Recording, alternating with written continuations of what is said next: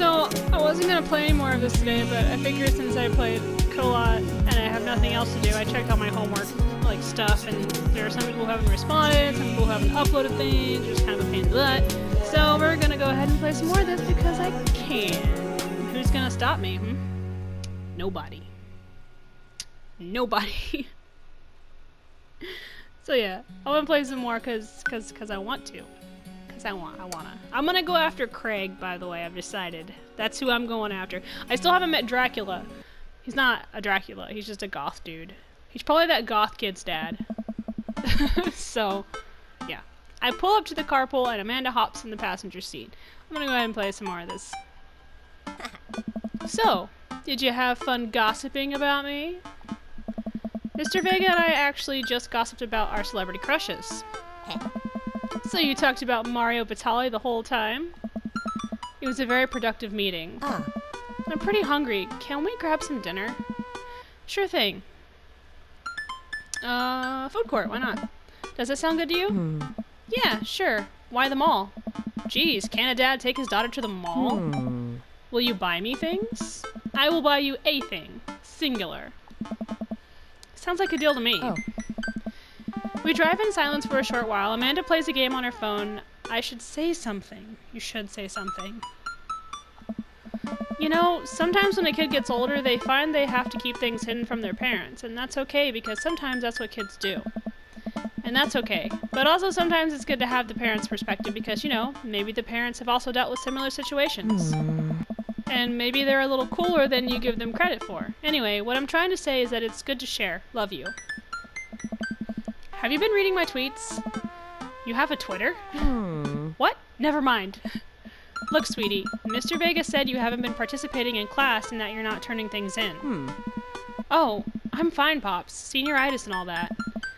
I thought you liked Mr. Vega's class. It's fine. He's fine. We pull up to a stoplight and I eye Amanda. She's still texting.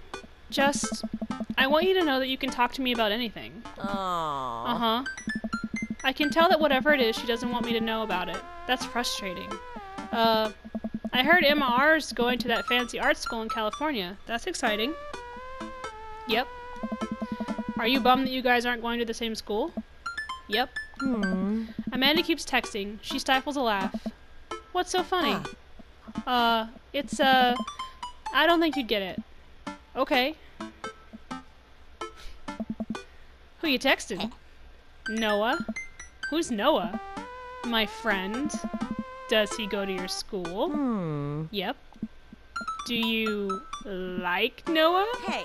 What? No! Dad! Ugh. I can't believe you would... Ugh. Dad. I mean, jeez. Why would you... Ugh. Gross. Sorry, just asking. Dad, he's just my friend. Guys and girls can be friends. He's my friend. Okay. Jeez. This is going well. Well, good talk. Love you, kiddo. She leans forward and turns up the radio. I guess that conversation is over. To the mall, then. It's rude to ask people about their mysterious hand tattoos. Well, maybe if he hadn't been all serial killery and tried to get into my pants. We arrive at the mall, a big indoor shopping center with a couple different floors. It's kind of dead, but that doesn't stop the mall security guard from yelling at a group of loitering teens. Let's eat something disgusting for dinner. Yeah. Hell yeah. Language, Missy. Heck yeah? Better. He's a great dad, and I love his daughter. We approach the food court and evaluate our options. There's greasy restaurant after greasy restaurant. My heart burns just looking at the menus. Nobody looks happy to be there. What are you in the mood for? Bread dipped in sugar, bread with cheese on it, or do you just want me to inject some fat directly into your bloodstream? I extend my hand to her. Would you do me the honor of sharing some nachos? She takes my hand with a grin. It would make me the happiest, cheesiest girl alive. We order a giant pile of chips and a naturally orange cheese from a very unenthusiastic and possibly stoned teenager. We take a seat at a rickety table and dig in. These are bad. These are very bad. But also strangely delicious? We have to eat through the pain. We enjoy the fluorescent cheesy goodness together until we're all out of nachos. So, something's been bothering me for a while. Can you explain memes to me? Huh. Ugh. Which memes? All. All memes. Amanda sighs deeply and places her head in her hands. Ugh. Dad, it's complicated. See, memes are inside jokes shared by a bunch of people that get less funny the more people do it. So the problem is that by the time a meme gets to you, Dad, all us youths have already done the joke to death. Ugh. And what's worse than that is that movies and TV and video games will try to jump in on the meme train, but just based on how long it takes to make them, the meme will be long dead by the time it comes out, so it just dates it and isn't funny. Oh shit, what up? Dad, please. Anyway, changing the subject. Where to now? Want to go to that goth store? Uh-oh. What? You know, the one that's all black and tries to establish itself as anti-establishment despite being an exact representation of the establishment. I don't know what store you're talking about. You know, the one where you can buy chain wallets and it's basically an assault on what people fought so hard against in the punk and hardcore movements of the 70s and 80s. Dude, you gotta be more specific. The one you threw up in that one time. Oh, that one! Amanda runs into the store with me trailing behind her. She makes a beeline for the back. Yeah. There it is. You can still see the outline, kinda. I'm so proud. Speech. Amanda. Yeah. Speech, speech, speech, speech.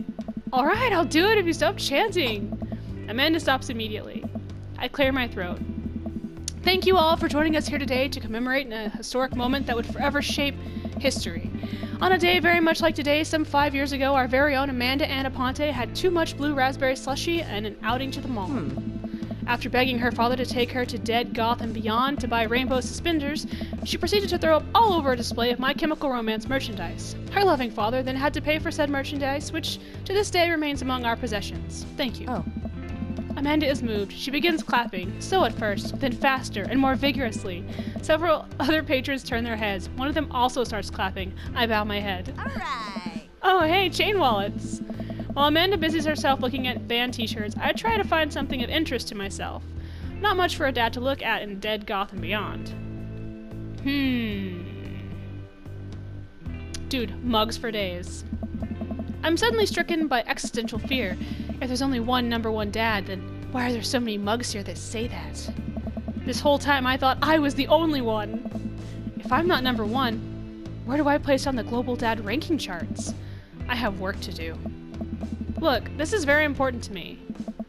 I overhear a stifled argument over at the cash register. An old gentleman is carrying a garment and showing it to a bored-looking cashier with pink hair. I can see that. Don't know what to tell you, dude. I just work here. What? Listen, when I bought this online, the website said this blouse was Victorian-inspired. However, when I received it, it clearly held the trademark of Edwardian dressage. Do you want a coupon? I can give you a coupon. Will you leave if I give you a coupon? Is there a manager present? People have to know what they're buying. I am the manager. I see. Well, it would seem that I have outstayed my welcome. Good day, shopkeep. Your superiors will receive a strongly worded letter by post. Whatever, dude. The man whirls around and storms out, his literal coattails trailing behind him. I can't tell if they're Victorian-inspired or Edwardian in nature. Amanda trots up to me with a t-shirt in her hand. Oh boy, here it comes. Hey, Dadtron 5000? Yes, I'll buy it for you. Wow, that was easy. Thanks. At least it's only one this time. Amanda plops the shirt onto the counter and grins at the cashier. I love your hair. The cashier says nothing and rings Amanda up, radiating hatred. I hand her a 20. So what was that guy's deal? The cashier rolls her eyes so hard I'm worried she'll pull something. That's Damien. He's in here all the time. He's obsessed with Victorian fashion or whatever. She hands Amanda her bag and it's clear the conversation is over.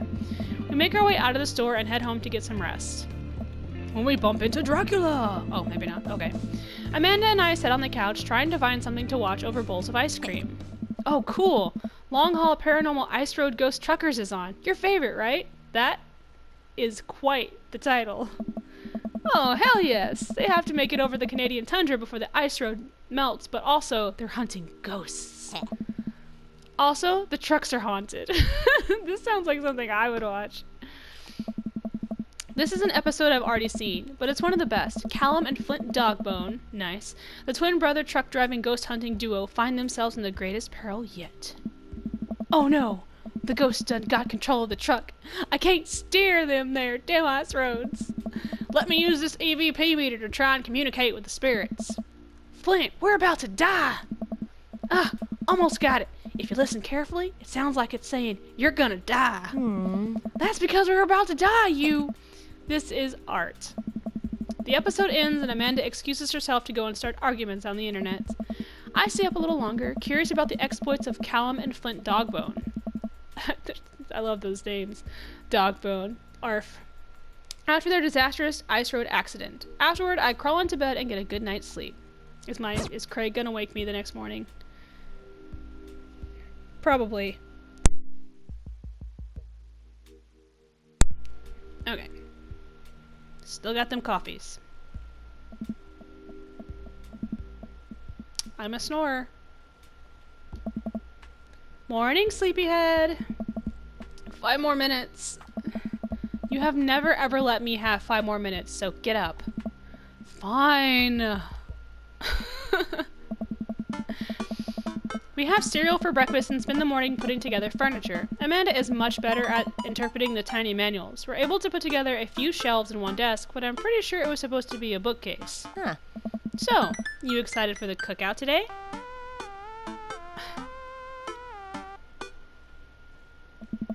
I'm all over those terrible store-bought sugar cookies that everyone brings to parties. Yeah, those are bad. Which means there are more for me. Don't you want to meet some of the people in the neighborhood? I'll probably end up standing uncomfortably in the corner with a plate of food and hope that nobody talks to me. Dad, you're a beautiful work in progress. We'll get that butterfly to emerge from the cocoon. The social butterfly. Well, we better start getting ready. We definitely don't want to be late. What? No, we have to be fashionably late. Who shows up at a cookout on time? You know what? We're going early, just because you said that. I head out the door and Amanda reluctantly follows. We walk across the street to Joseph's house with a store-bought veggie plate. I'm a terrible cook if it doesn't involve a grill. I guess we're not as early as we thought we were. Joseph's backyard is already packed with people, and the smell of hot dogs wafts through the air. Small children run through a sprinkler, and adults chat in small clusters. I set out our veggie plate down on the table next to 2 other veggie plates. Huh. Hey, there's Joseph. I wave to get his attention. The moment he sees us, he jogs over, arms open wide. Welcome, I'm so glad you 2 are here. And you brought veggies. Let me introduce you to my family. Kids, come over here. This is Chris, my eldest. Hi. This is Christian and Christy. They're twins. Whoa! They stare creepily and say nothing. Oh, good. So are they gonna, murder us? Then, of course, there's our youngest, Krish. Wait, where's Krish? Maybe Mary put him in his crib. Oh no, it's the woman from the bar the other night. What is she doing here? Oh, and how could I forget my lovely wife, Mary? Hey. Joseph pecks her on the cheek. She smiles. Ah, Mary, sweetheart, did you put Krish to bed? Hey. I'll have to go look for him. What? You'll have to... Joseph takes a moment and regains his composure. Mary, this is our new neighbor, Kennedy, and his daughter, Amanda. Huh? I'd shake your hand, but I have a glass of wine that I need to tend to. She tried to bang me. She tried. I love her. Nice to, meet you, Mary, for the first time. Charmed. Well, I have to go over there now. Mary leaves. Oh god, this is so awkward. I wonder if Joseph knows. I wonder if Mary knows that Joseph knows. I wonder if Joseph knows that Mary knows that I know. He's like, fuck. It takes all of my energy not to run away from the barbecue and start fresh in a new city. My wife has a wonderful sense of humor, but please, you 2 enjoy the barbecue. All the guys are really excited to meet you. Amanda and I mill around and try some of the food spread out on the table. I pick at some deviled eggs. Amanda grabs a small paper plate and immediately begins piling it with baked goods. Ugh, I don't want to have to make friends. Aww. Come on, Dad. Who are you gonna party with when I go off to school? But I don't want to have to do pleasantries. Dad. Ugh, they're gonna talk about weather. Go do it. Make a friend. But how could I possibly abandon my only child at a social function? That's bad parenting. This plate of cookies is my new dad. Bye. Amanda shoves me into the center of the yard. Well, here goes nothing. I look around the party and I'm surprised to see some familiar faces. Isn't that the barista from the Coffee Spoon? Didn't I meet that guy at the bar? Yeah, he tried to, Didn't that guy throw a frisbee at my head? Isn't that the guy who was throwing a fit in Dead Gotham Beyond? Isn't that Amanda's teacher? Hey, I know Craig. He's still wearing these fucking jogging clothes. But wait a second. All these people live in our cul-de-sac? That can't be right. I'd better investigate. We're gonna go talk to Craig. Oh. What? No, they're all together. I left the stove on. Matt and Hugo seem to be embroiled in an intense discussion. Craig looks on, smiling politely. I walk over to say hello. He's like, I don't understand what's happening. If it doesn't have anything to do with the treadmill, I don't know. Well, I don't think it's fair to try and compare two art movements like that. Periods in art only exist because they're a unique byproduct of the social and political climate of a time and place, and to try to take something like, say, the Rococo period and compare it to postmodernism in America, you're completely disregarding the context in which a work of art is created. Fucking Craig's like... Matt and Hugo seem to be so busy talking they don't notice me. Craig leans in. Dude, I have no idea what's happening. I turn my attention to Craig, who seems a little more attentive to my existence. How'd resistance training go the other day? Oh. Great! Little River here is a great cheerleader. Aren't you, Tiny Bro? Craig grabs River's arms and waves him around. Oh. You can do it, Dad! I'm so proud of you! I'm sorry for pooping on you! She must be a handful at that age. Hmm? Oh, they always are. Bro. But it's so worth it. Craig grabs River's arms again and waves him around. Also, I'm sorry for throwing up on you, Dad. How you settling in? Oh, it's just... If I could... not be here right now, it would be great.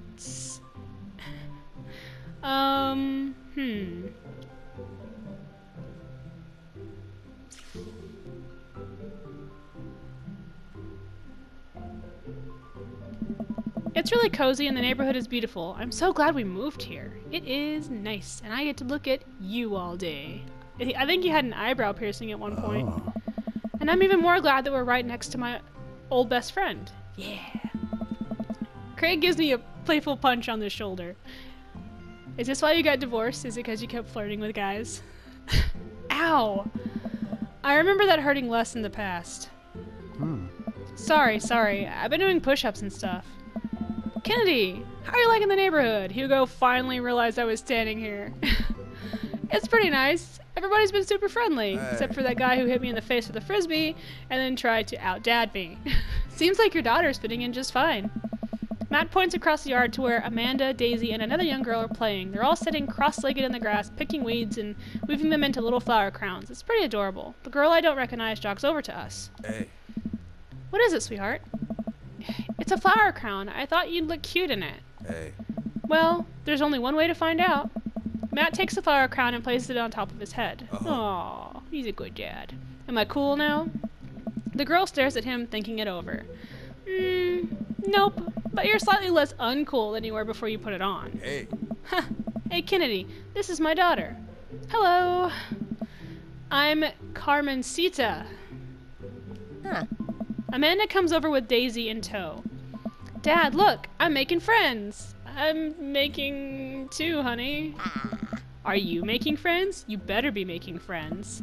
Yeah, actually, Amanda, you remember the coolest barista from the coffee shop and my old college friend and, your teacher. Ah. Oh, hi, Mr. Vega. I didn't realize we were neighbors. Oh. Yep. You still gonna get me that overdue term paper? Dad. Great seeing you. Amanda finger guns her way out of the conversation like a champ. She learned the finger guns move from me. I'm very proud. She's definitely a charmer. Speaking of which, where did my son go? Huh?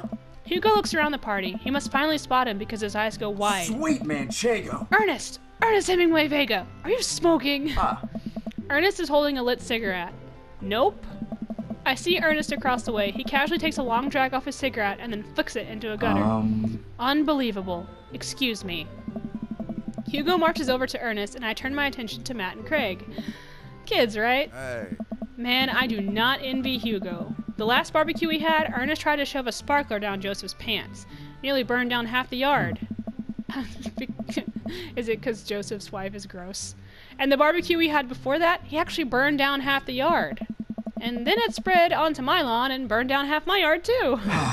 Hugo walks back over to us, practically dragging Ernest behind him. Hey everybody, sorry about that. Kennedy, this is my son Ernest. Hello. Ernest looks away, sulking, his hands shoved deep in his pockets. He's like, whatever. Hugo nudges him impatiently. Hey. Nice to meet you, Ernest. What grade are you in? Doesn't matter. Oh. Ernest. Okay, I'm in 8th grade. God, are you happy now? I'm sure you were just dying to know. Yeah, good for you. Can I go now? I'm tired of talking to old dudes who blame my generation for the failing economy. Ouch. Ernest. Oh yeah, because I'm totally embarrassing you. Ernest puts earbuds in and storms off to stand in the corner. Well, that was certainly something. He seems nice. Hugo puts his head in his hands and sighs. I'm so sorry. He's having a really rough time. As much as I want to be the cool dad, I have to be the authoritarian dad, and he clearly resents me for it. I mean, I think as a dad and a teacher, that's about as authoritarian as you can get. Honestly, are any of us cool dads? Is it even possible to be a cool dad? What? I'm cool as a cucumber. Hey, yeah. See? That right there. You can't say that. Oh. My kids think I'm cool. But for how long, Craig? How long do we get to be the cool dads? I don't know. Yeah, sounds good. I think we might just have to accept the fact that as dads, we've become the machine we once raged against, and accept our fates to unironically wear socks with sandals. Your kids may think you're cool now, but the moment they hit puberty, you're doomed. Amanda's 18, and she still thinks I'm cool. I yell across the yard to my daughter, Amanda, I'm cool, right? Amanda just laughs. She keeps laughing. I see your point. Oh. As much as we all want it, I don't think it's as important to be a cool dad as it is to be a good dad. We can't all be best friends with our kids. It just doesn't work. I mean, look at me and Ernest. Oh. Our jobs as parents is to make sure our kids turn out okay. Yep. Yeah, you're right. But it'd be nice to have it both ways. Hearing these guys talk about this makes me think of my relationship with Amanda. We get along so well, but there might come a time when it won't be like that. Is college when that happens? Hey. Don't let us eat up your time, Kennedy. Go meet some of the other people around the neighborhood. Can I just stay with Craig? He's safe. I don't want to talk to Robert. He tried to take me home. Oh, he's got a drink in his hand. Dude is drunk 24/7. I glance across the yard and notice Robert and Brian chatting over drinks. Man, I don't think I want to deal with being one-up by Brian or whatever happened with Robert last night. Oh no, they caught me staring. Oh no, Brian's waving me over. Shoot. I flash a smile and walk over to them. Hey, guys! Hey. Kennedy! How the heck are ya? Settling into the neighborhood all right? Oh, you betcha. Got the living room in order, at least. That's great to hear. I've been doing some living room work as well. Finally got the 50-inch in there. The game looks great in high def. Oh, boy. Kennedy, have you met Robert yet? Yeah, we've met. Robert regards me over his whiskey. Good seeing you again. We were just talking about my worst recent camping trip. Spent a night out in the woods with Daisy and Maxwell. She's definitely an outdoorsy one. Even caught her first fish. It's good to see you taking your daughter out like that. I bet she loved it. And it's great that she loves the outdoors. Mine loves being inside. Brian raises his eyebrows at me. Being inside making art. She won a local competition for that art. Yep. Did I put it on too strongly? Robert stares at me blankly for a second.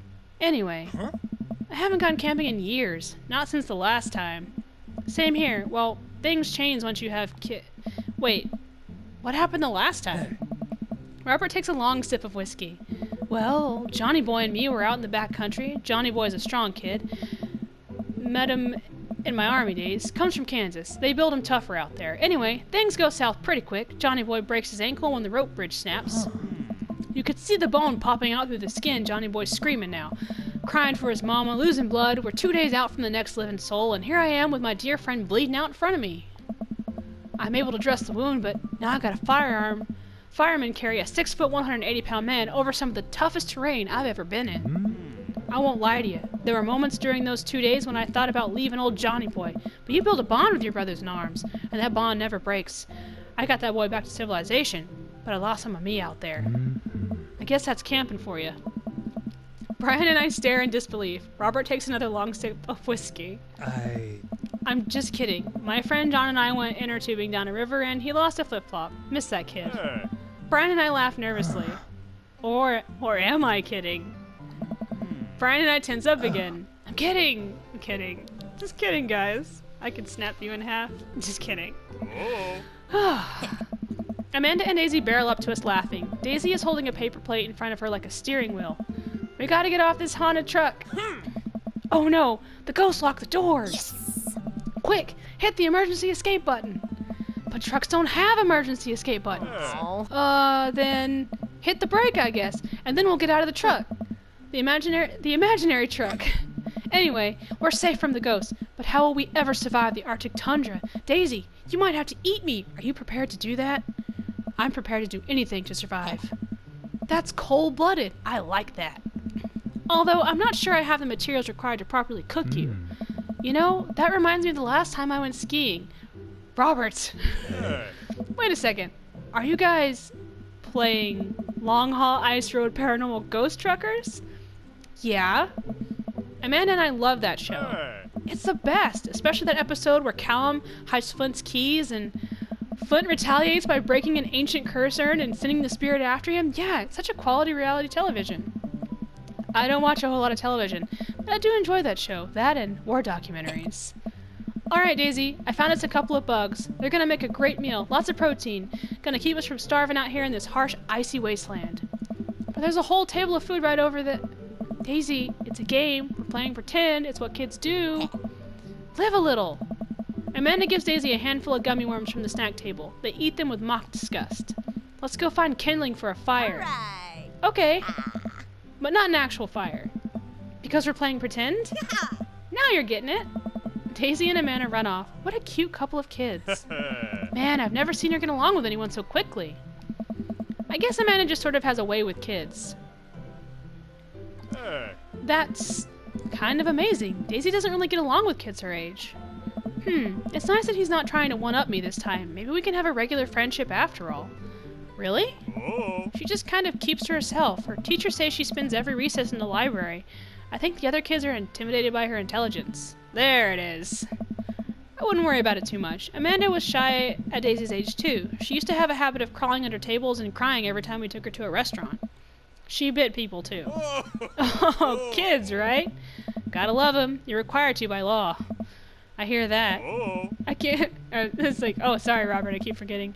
Anyway, well, since they're getting along so well, maybe we should try to put together a little play date for them. They do seem to get along really well, but the thought of continually hearing about all of Brian's accomplishments is rough. Yeah, that'd be nice. Well, I don't want to take up too much of your time. Go meet some of the other fellas. Yeah, bye. I spot Joseph chatting with the guy from Dead Gotham Beyond by the grill. I wonder what they're talking about. I walk over to them. So I'm curious, can you walk me through why you had your house painted black? Where do I even start? The house stays warmer in the winter, it provides an artistic contrast to the rest of the neighborhood, and it complements the crimson interior perfectly. It's definitely an interesting choice. Thank you, I'm very proud of my abode. God, Dracula, you need to calm down. You're cute, but chill out. Kennedy, I was just having a conversation with Damien here about his aesthetic design decisions. Actually, a black house would be cool, and he's right. In the wintertime, soaks up that sun. Damien regards me up and down with a warm but critical eye. How do you do? I don't believe I've had the pleasure. I think I saw you in Dead Gotham Beyond the other day. Damien's face turns bright red. I must apologize for my behavior on that day. You see, I take the goth lifestyle very seriously, and to be caught in a ruse by such a corporation as Dead Gotham Beyond was profoundly frustrating indeed. I hope you know that while my anger may have been justified, it was no such way for a gentleman to act. It's okay, man. Do tell me about yourself. Are you new to the area? Yes, my daughter and I just moved in the other day. She was the one I took to Dead Gotham Beyond. Very good taste on her part. Does she partake in the goth lifestyle? I think for a second. I look over to Amanda, who's hanging out with some of the older kids in the neighborhood. Hey, Amanda! Would you consider yourself a goth? Amanda yells back. I wouldn't necessarily try to fall under any one specific label, but I guess if I had to choose, I would more describe myself as twee hipster with some normcore leanings. Bats are cool, though. Pity. Are you enjoying the party so far? Oh, definitely. Thanks so much for putting this on. It's nice to be in a cul-de-sac where everyone is so friendly and welcome. Amanda walks up to the conversation. I also like The Lost Boys a lot. Really good movie. Does that count as a goth? That it would, my dear. I don't believe we've had the pleasure of meeting. Damien Bloodmarch, at your service. Oh god, he's even got a vampire name. Damien finishes the sentence with a flourish and a bow, producing a single rose and offering it to Amanda. Amanda blushes and returns the gesture with a curtsy. My, do you know how to treat a lady? Whoa! Hello, Amanda. Uh-oh. Seemingly out of nowhere, Joseph's twin kids appear. Are they speaking in unison? Hey! Won't you come play with us? Huh? Come play with us. Forever. Guys, enough with the creepy twin shtick. We've talked about this. Christian and Christy slowly back away. Where do you think they got that from? Mary pops into the conversation, wine in hand. I don't know. Mary takes a long sip of the wine. I think I might have taped over a VeggieTales VHS with The Shining. Who knows? She takes another sip of her wine. Where's Krish? Ugh. Wasn't he with you? You had him a moment ago. He's probably stuffing dirt in his mouth. He'll be alright. Toddlers are pretty resilient. Mary tips her glass to me. Hey, Ain't my first time to the rodeo. It's my fourth. come on. I have squeezed 4 little... Sweetheart, would you do me a favor and please find Krish? That would be great. Oh my. I'm sure he's fine. Mary. Ah. Okay, jeez. Mary finishes her wine and wanders off. Dad, can we go now? Oh, there he is. Yep, there he is. Ah, Lucian. Have I introduced you to Kennedy yet? Hey, it's that punk from Amanda's school. I remember you. Whatever. That's no way for a young man to speak to his elders. Be polite. Lucian bows. Whatever, sir. Lucian bows again. Mr. Christensen, may I have a veggie burger, sir? Coming right up, bud. Are you vegetarian? Yup. Make that 2 veggie burgers. Did you know that some people in the Victorian era were vegetarians? They described carnivorous type people as blood lappers. Dad! That's really interesting, Damien. Joseph turns to the grill. Just a hint of a tattoo peeks out from under his sleeve. I can't believe I didn't notice it before. It looks like the bottom of an anchor. Whoa, is that a tattoo? Wow. Yup. I wasn't always a youth pastor, you know. That's so cool. Want to see mine? What? Lucian pulls back some rubber bracelets, revealing a lopsided 666 in black.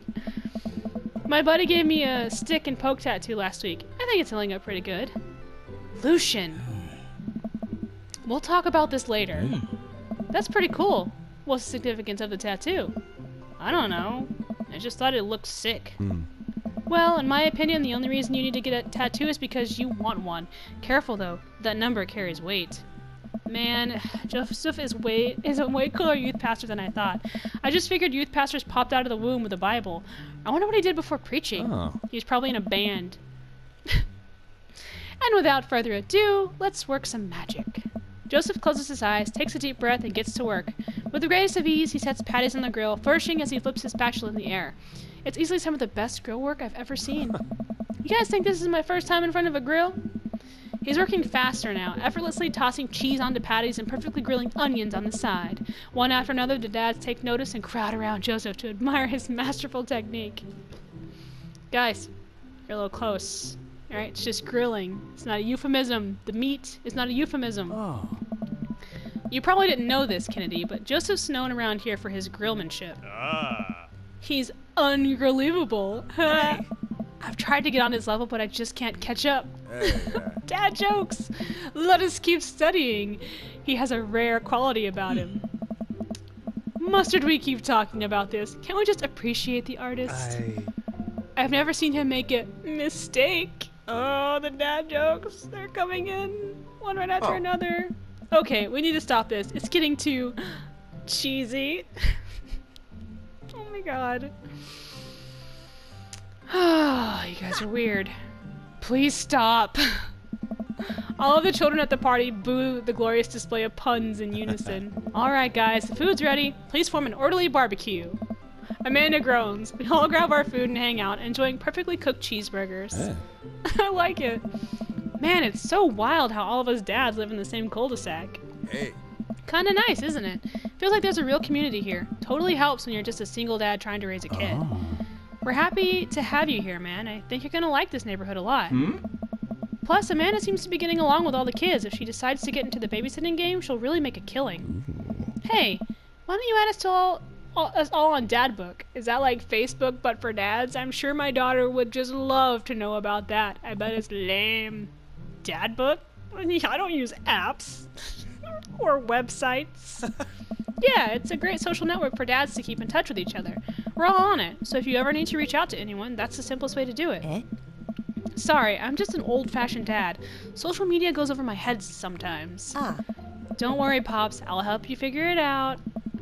The rest of the barbecue goes smoothly. We all trade stories and drink beer as our kids play on the lawn. Amanda breaks up a fight between Carmencita and those weird twins. I think they wanted her soul. I mean, that's a legitimate reason. Amanda and I walk back to our place as the sun sets over the neighborhood. Pretty fun party, don't you think?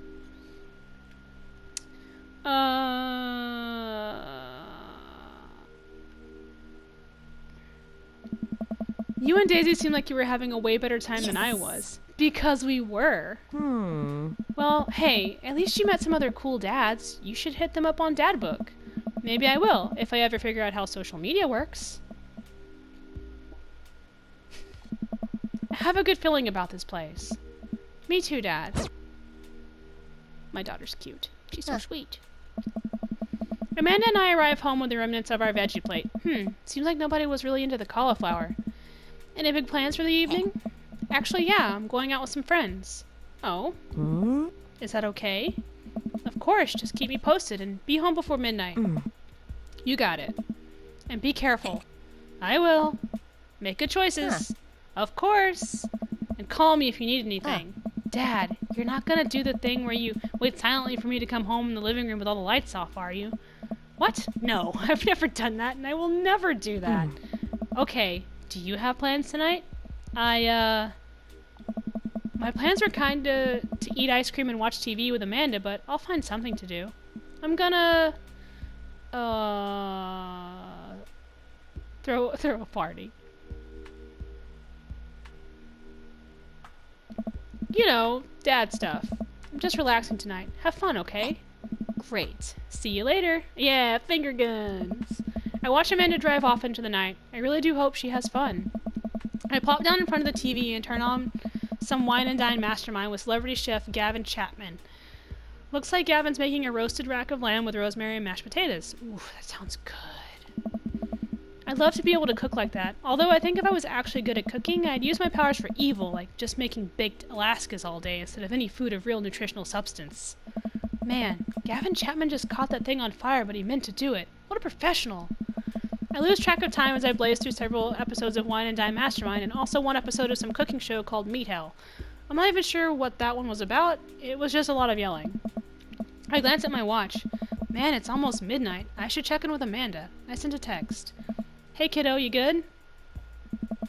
I wander into the kitchen as I wait for a reply. Amanda's phone is almost always in her hand, so I'm sure she'll respond soon. Unless she's driving home now. In which case, I hope she doesn't respond soon, because I definitely taught her better than to text and drive. I reach into the freezer and grab an ice cream sandwich. It's a little late for this, but I think I earned it after a long day of socializing. I check my watch again, and then my phone. Okay, see, now I'm worried. Do I call her? Do I call the cops? No, it's too soon for that. I'll just send her a gentle reminder text. What's up? Half an hour passes. Now I'm really worried. The episode of Gavin Chapman's Meat Hell are not only not assuaging my anxiety, but possibly exacerbating it with the yelling. So I keep pacing around the house, waiting for her to come back. Why didn't I find out where she was going? Who is she even with? Why don't I know any of her friends' phone numbers? Why don't I even know any of her friends' full names? Who is Emma P? I decide to send her another text. Amanda, please text me and let me know you're okay. I can't help but think of all the awful things that could have happened to her. Okay, thank God, it's her. Amanda opens the door and shuffles in. Finally she's back home. I'm glad she's okay. Sup? Sweetie, thank God you're safe. Yep. But now that I know she's okay, I'm really mad. Why didn't you answer my texts? Amanda pulls her phone out of her pocket. Oh, whoops. Guess I didn't see those. She starts to walk to her room. Amanda Ann. Whoa, we're pulling out the middle name now? Amanda, you came home an hour and a half after your curfew and you didn't respond to any of my texts. You really freaked me out. I was about to call the cops. Dad, you're seriously overreacting. You're not going to be like this when I go off to school, are you?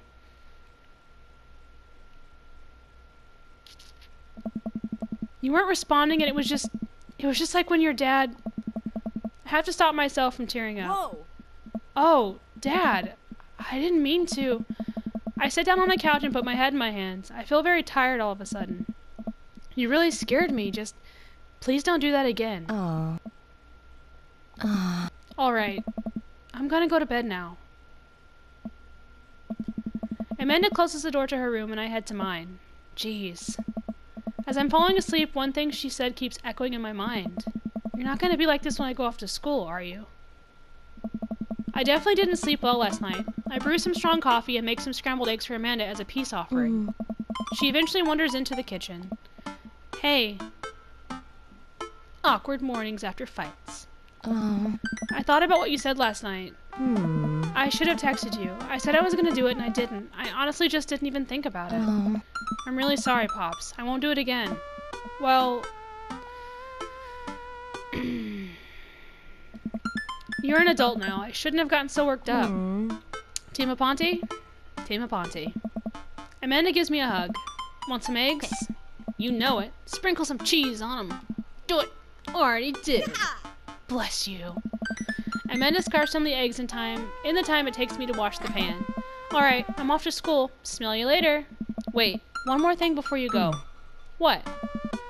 What's Dadbook? It's a social media platform. Wait. What? What's a social media platform? Dad, I have to go to school. Come on, Amanda, I'm an old man. I can't put together a Dadbook profile on my own. Alright, I'll help you sound interesting on the internet.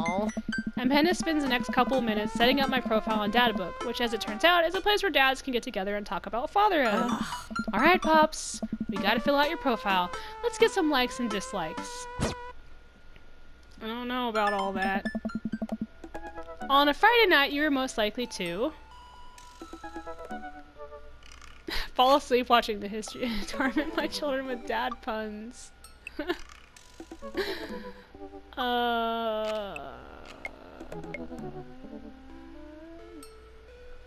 Dad puns. If you had one thing to take with you on a desert island, what would it be?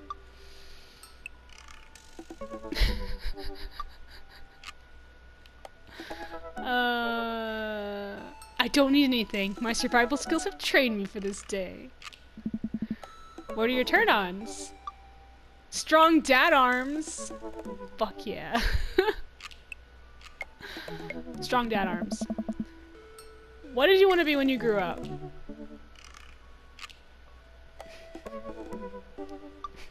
President of space. The President of Space. What's your favorite movie genre?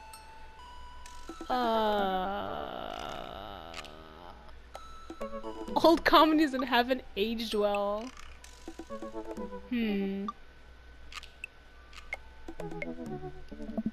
What's your ideal date?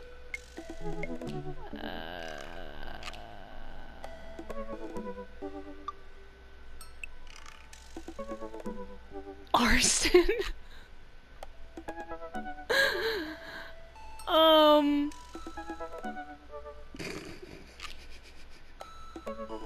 Let's just do napping. Arson sounds like tattoo guy might come knocking on my door to take me out arsoning.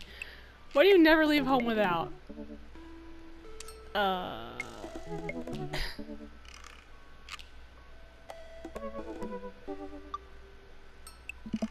spend a lot of time thinking about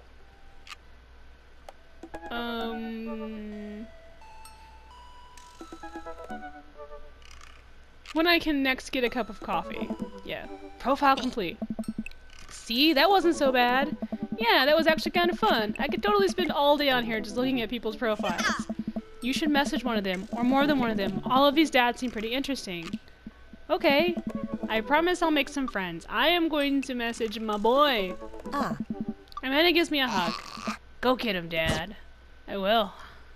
When you come back from... You've got dads. What's that? What is this? Dad Manda, it's me, your dear old friend from way back in the day, Dad Manda. I'm delighted to see you signed up for Databook.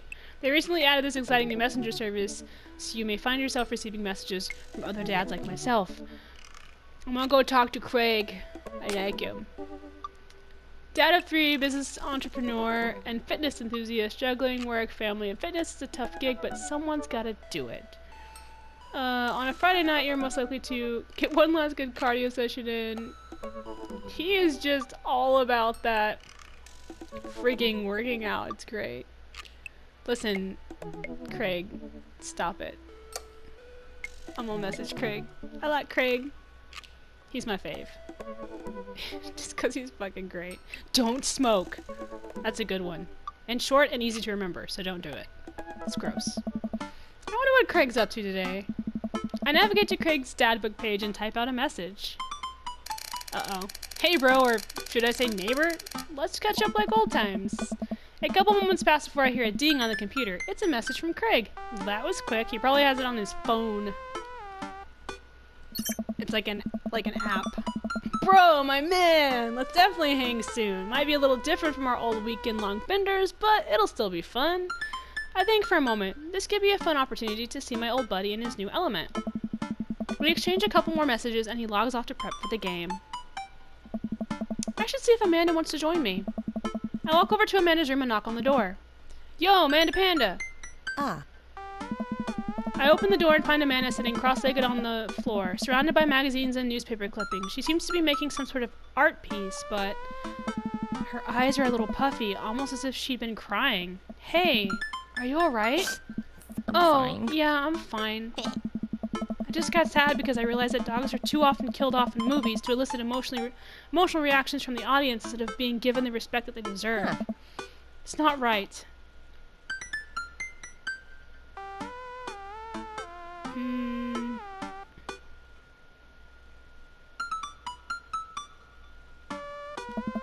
Every time a dog gets introduced in a movie, I get nervous because 9 times out of 10, that dog is gonna die by the end. I can watch a movie where people die and be unfazed, but the moment a dog dies, I'm out. Speaking of... Gosh, sad dog death movies take up a whole genre. There are too many. It's dogsploitation. You know you can talk to me about anything, right? Yeah, that's why I'm talking about sad stuff with you. Okay, just remember that it's okay to be sad. And also remember that I love you very much. And only want what's best for you. That's all. Alright, jeez, don't make me cry again. What you working on? Just a collage for class. We're supposed to make a piece that represents our goals for the future. I take a closer look at her collage. That's a lot of dogs. It's mostly dogs, yeah. Did you need something? Craig invited us to the softball game. Wanna go? Oh. Remember that one time you signed me up for softball and you bought me all the gear and then you took me to the first game and then someone hit a ball toward me and I just ran off the field crying? And then you hid in the dugout and would scream if I tried to pick you up, yes. I was afraid of baseballs. I thought you were a gigantic sentient softball. So does that mean you don't want to go? Amanda gets up and looks me dead in the eye, determined. I'm finally ready to face my fears head on. Let's do this. Amanda and I make the short drive out to the local softball field. For a kids' softball game, it's pretty packed. We clamber up the bleachers and take our seats on the top row. I don't see Craig anywhere. So when do the kids start crying and running off the field? You know that your relationship with softball is different from everyone else's relationship with softball, right? Okay, but if I don't see some kids cry, I'm going to be pretty disappointed. For nostalgia purposes, of course. Not because I take joy of the children fighting for my amusement. Definitely not that. The game starts, and the kids run out onto the field. I see Craig by the dugout with a clipboard. He has River strapped to his chest, as per usual. There's a guy in a pancake costume doing jumping jacks across the field. I guess that's the mascot. Reading the kids' brightly colored jerseys, I see that it's the Maple Bay Flapjacks against the Pinewood Ocelots. Go Flapjacks? Oh, man. Choke up on that bat, Miranda. Yeah, Miranda, square up! How much do you know about softball? Enough to know that the balls are relatively hard despite their name. But yelling is fun. Give it a shot. It's cathartic.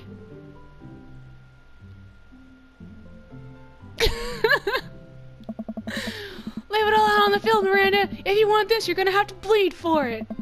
Who I assume to be Miranda's father gives me a dirty look. I shoot it back at him. That attitude isn't gonna bring Miranda to D1. Dad, please don't fight any other dads while we're out here. We watch a couple innings of softball. They aren't ready for the major leagues yet, but Craig has trained his team pretty well. It seems like he's really good with kids. Kegstand Craig is good with children. Whoa. Huh? It's amazing how hard they're hitting the ball and how no one has run off the field crying yet. Amanda, dear, you have to let it go. Let what go? I'm perfectly fine. The opposing team is up at bat. They hit a fly ball out into the center field. The tiny little girl tries to get under the ball, but it misses her glove and hits her straight in the forehead. See? It's a completely justifiable fear. The girl plops down on the grass and starts crying. Craig makes a beeline to her, checking her forehead and comforting her until her parents arrive. He carries her off of the field as she sobs. Man, it's strange to think about how this was the guy who once backflipped off a roof and into a pool while shotgunning a beer. He's so responsible now. The game resumes after the girl calms down a bit, and we watch a couple more innings. Craig's team is crushing the other team in the 9th inning. The Ocelots seem to have given up by this point. I see one outfielder eating fistfuls of grass. A batter on the other team knocks a foul ball into the stands. I follow the trajectory and... oh no, it's coming right for me. Oh no, oh no, oh no, oh no, oh no, oh no. I close my eyes and brace for impact.